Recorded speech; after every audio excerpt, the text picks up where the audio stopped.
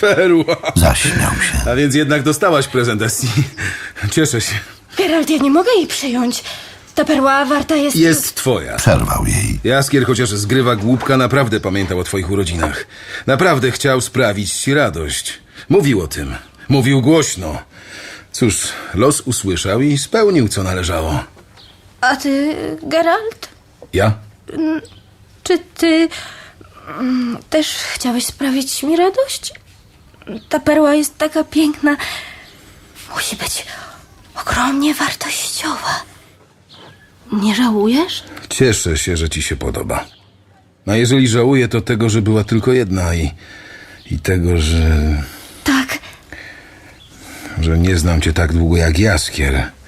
Tak długo, żeby móc wiedzieć i pamiętać o twoich urodzinach. Żeby móc dawać ci prezenty i sprawiać ci radość. Żeby móc nazywać cię pacynką. Zbliżyła się i nagle zarzuciła mu ręce na szyję. Zręcznie i szybko uprzedził jej ruch, umknął przed jej ustami, pocałował chłodno w policzek, obejmując ją zdrową ręką, niezręcznie, z rezerwą, delikatnie. Czuł, jak dziewczyna sztywnieje i cofa się powoli, ale tylko na długość rąk, wciąż spoczywających na jego ramionach. Wiedział, na co czeka, ale nie zrobił tego. Nie przyciągnął jej do siebie. Essie puściła go. Odwróciła się w stronę uchylonego, brudnego okienka. Oczywiście. Powiedziała nagle. Ledwie mnie znasz. Zapomniałam, że ty ledwie mnie znasz. Essie, Rzekł po chwili milczenia. Ja też ledwie cię znam. Wybuchnęła, przerywając mu. I co z tego? Kocham cię. Nic na to nie mogę poradzić. Nic. Essie. Tak, kocham cię, Geralt.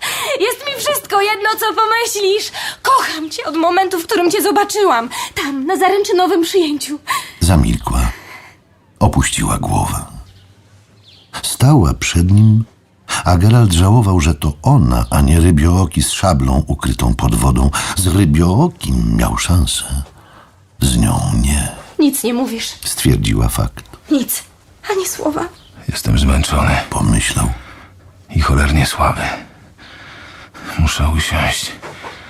Ćmi mi się w oczach. Straciłem trochę krwi i nic nie jadłem. Muszę usiąść. Przeklęta izdebka. Oby spłonęła w czasie najbliższej burzy trafiona piorunem.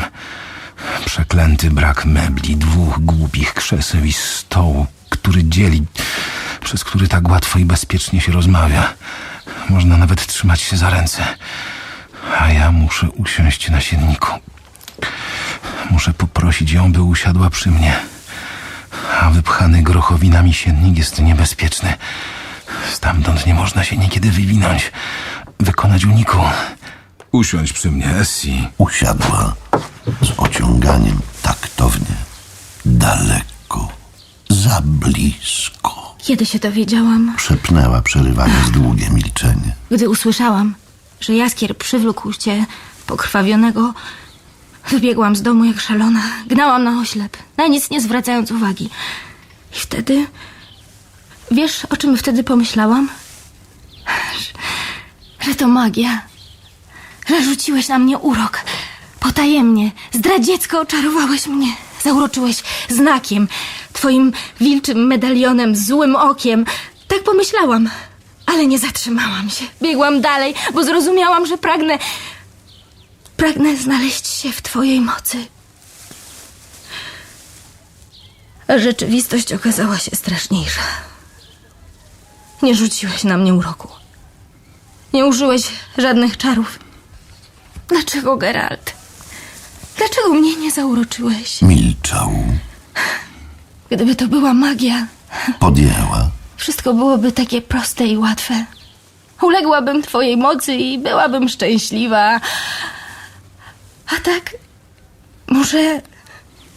Nie wiem, co się ze mną dzieje. Do diabła. Pomyślał. Jeśli Yennefer, gdy jest ze mną, czuje się jak ja teraz, to współczuję jej. I nigdy nie będę się już dziwił. Nigdy nie będę już nienawidził jej. Nigdy. Bo może Yennefer czuje to, co ja teraz. Czuję dogłębną pewność, że oto powinienem spełnić to, co jest niemożliwe do spełnienia.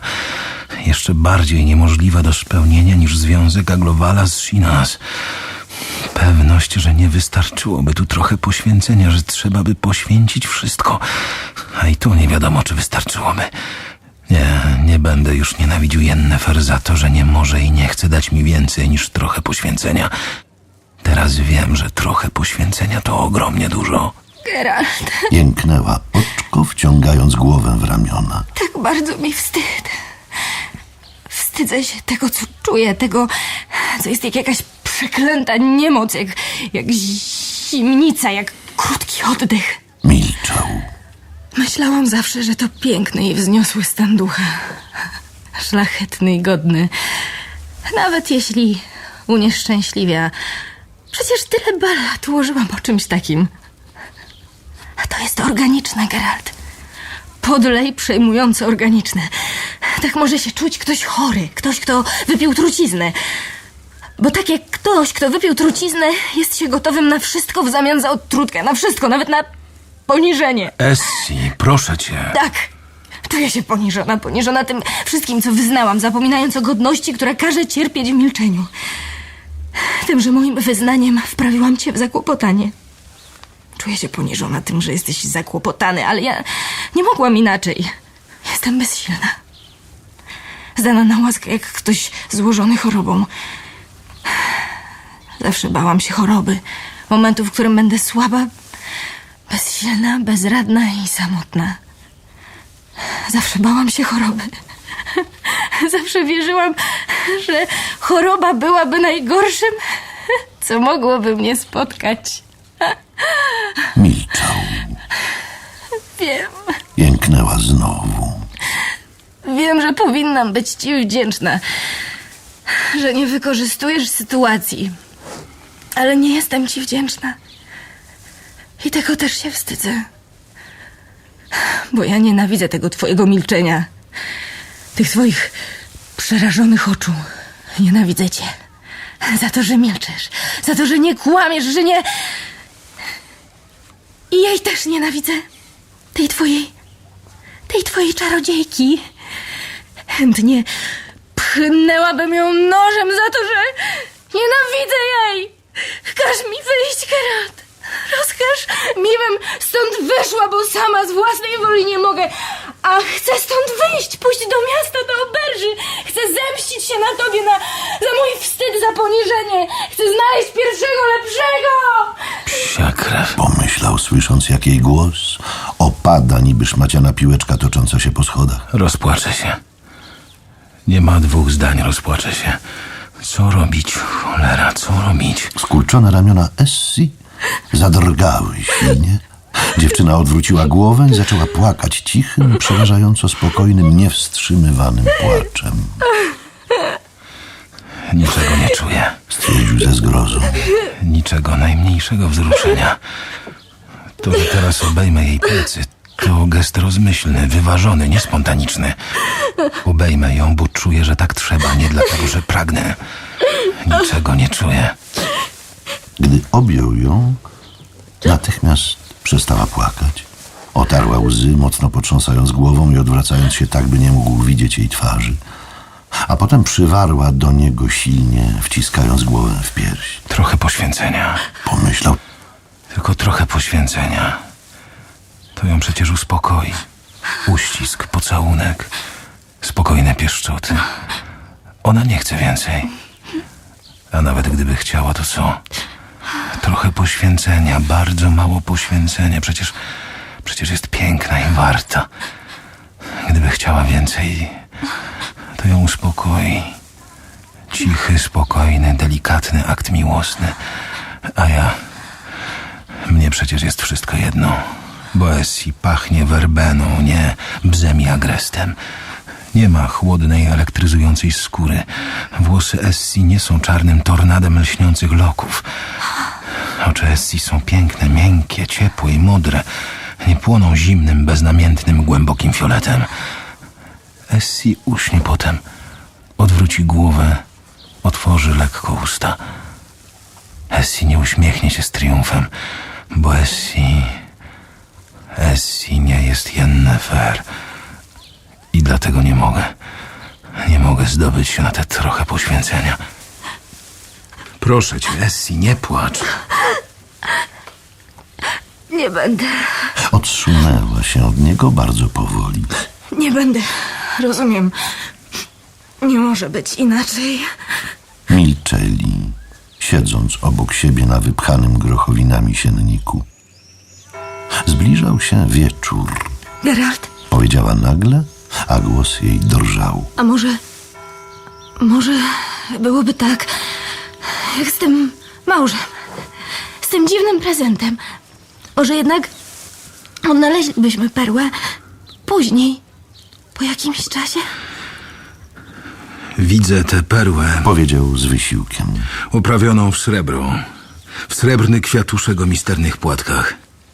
Widzę ją na twojej szyi, na srebrnym łańcuszku, noszoną tak, jak ja noszę mój medalion. To będzie twój talizman, Essie. Talizman, który uchroni cię przed każdym złem. Mój talizman, Powtórzyła, opuszczając głowę. moja perła, którą oprawię w srebro, z którą nigdy się nie rozstanę. Mój klejnot, który dostałam zamiast. Czy taki talizman może przynieść szczęście? Tak, Essie. Bądź pewna. Czy mogę posiedzieć tu jeszcze z tobą?